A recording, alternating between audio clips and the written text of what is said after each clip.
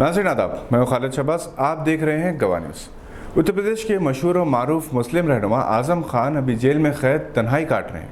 इनके फर्जंद अब्दुल्ला आज़म को हाल ही में रिहा किया गया। वो रामपुर से मुकाबला करेंगे और इनके खिलाफ बीजेपी ने इस शख्स को अपना उम्मीदवार बनाया जिसने आज़म खान के खिलाफ लगभग 100 से ज़ायद मुकदमात दायर किए। अब्दुल्ला आज़म ने टीवी चैनल्स के अलावा समाजवादी पार्टी के कारकुनों से खिताब के दौरान अपने अरकान ख़ानदान के साथ की जाने वाली नाइंसाफ़ियों को बयान किया और पुलिस और हुकूमत पर तासुब के इल्ज़ामात आयद किए।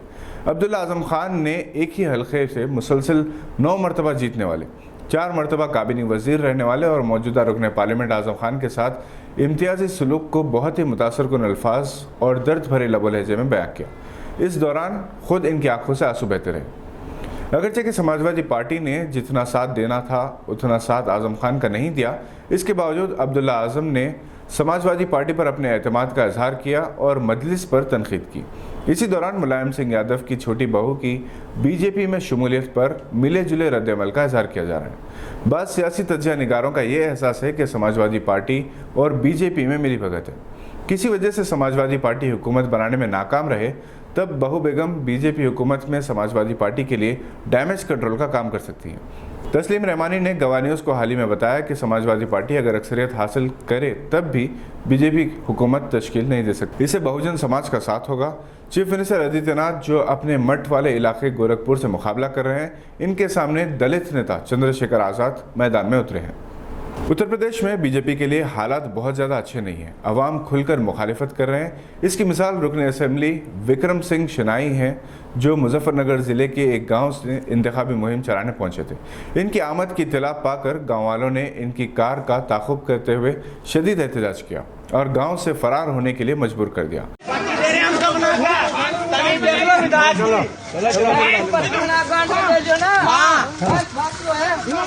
विधायक की तमीज देख लो।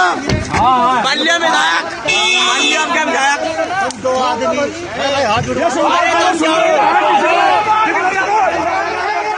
बरम गांव वालों ने कहा कि रुकन असेंबली कभी भी इनके दुख दर्द में साथ नहीं दिए, इसलिए इन्हें गांव में आने का कोई हक नहीं। विक्रम सिंह शनाई का शुमार भी मुतनाज़ा कायदीन में होता है। 2019 में बीजेपी रुकन असेंबली विक्रम सिंह शनाई ने धमकी दी थी कि जो लोग हिंदुस्तान में गैर महफूज महसूस करते हैं इन्हें बम से उड़ा दिया जाएगा। कुल हिंद मजलिस इत्तेहादुल मुस्लिमीन ने उत्तर प्रदेश इंतखाबात के लिए उम्मीदवारों की तीसरी फहरिस्त जारी कर दी है, जिसमें 7 उम्मीदवारों के नामों का ऐलान किया गया। इनमें 2 गैर मुस्लिम उम्मीदवार विनोद जाटू को हस्तिनापुर असेंबली हल्का और विकास श्रीवास्तव को रामनगर असेंबली हल्के से उम्मीदवार बनाया गया है। मजलिस ने पहली फहरिस्त में 9 उम्मीदवारों के नामों का ऐलान किया था और दूसरी फहरिस्त में 8 उम्मीदवारों के नाम थे, जिसमें एक गैर मुस्लिम उम्मीदवार पंडित मनमोहन झा को साहेबाबाद असेंबली हल्के से उम्मीदवार बनाया गया था। पाकिस्तान में सदारती निज़ाम के निफाज के लिए राहें हमवार हो रही हैं, तो दूसरी तरफ इस मुल्क को अंदरूनी दहशतगर्दी का सामना है। 20 जनवरी को लाहौर के मशहूर अनारकली बाज़ार में पान मंडी के करीब जहां हिंदुस्तानी साजो सामान फ़रोख्त होता है, एक ज़बरदस्त धमाके में कम से कम 3 अफराद हलाक और 20 से ज़्यादा ज़ख्मी होने की इत्तला है। अभी तक किसी ने इस धमाके की जिम्मेदारी कबूल नहीं की। इसी असना में पाकिस्तान में सदारती तर्ज हुक्मरानी के सिलसिले में इमरान खान इंतहाई संजीदा है, क्योंकि पाकिस्तान में मौजूदा सियासी निज़ाम इंतहाई नाकारा साबित हो चुका है और वज़ीर आज़म ताकतवर होने के बावजूद दस्तूर के दायरे में महदूद इख्तियारात के हामिल हैं। पाकिस्तान को माजी में सदारती निज़ाम के तजुर्बात है। इनका एहसास है कि जिन ममालिक में सदारती तर्ज हुकूमत है वहाँ का निज़्म व नस्क़ बेहतर है। अमरीका, फ़्रांस इसकी एक मिसाल है। बाज़ इस्लामी ममालिक में भी सदर के इख्तियारात ज़्यादा हैं, जिनमें तुर्की, ईरान शामिल है। पाकिस्तान की एक अदालत ने तौहीन रिसालत पर एक खातून को मौत की सज़ा सुनाई है। पाकिस्तानी मीडिया के मुताबिक 26 साला खातून अनीका अतीक का ताल्लुक रावलपिंडी से है। खातून ने तौहीन रिसालत पर मबनी पैगाम पोस्ट किया था। इसे 2020 में गिरफ्तार करके जेल भेज दिया गया था।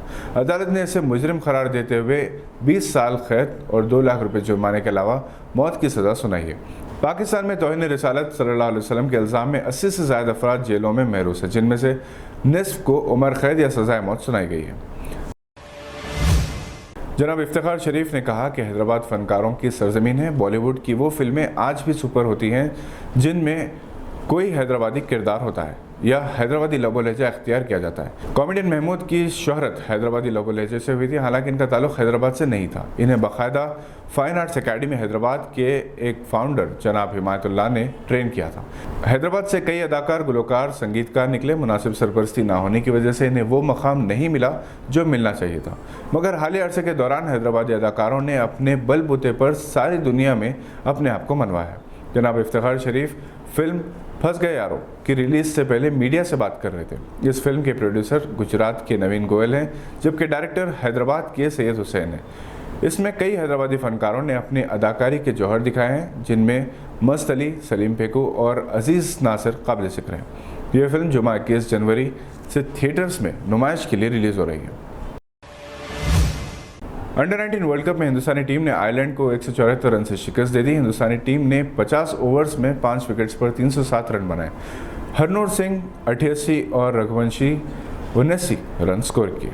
आज के बुलेटिन में बस इतना ही। उम्मीद है कि आपने हमारे चैनल को सब्सक्राइब कर लिया होगा। बहुत आसान है, सब्सक्राइब करें और बेल आइकन दबाना ना भूलें।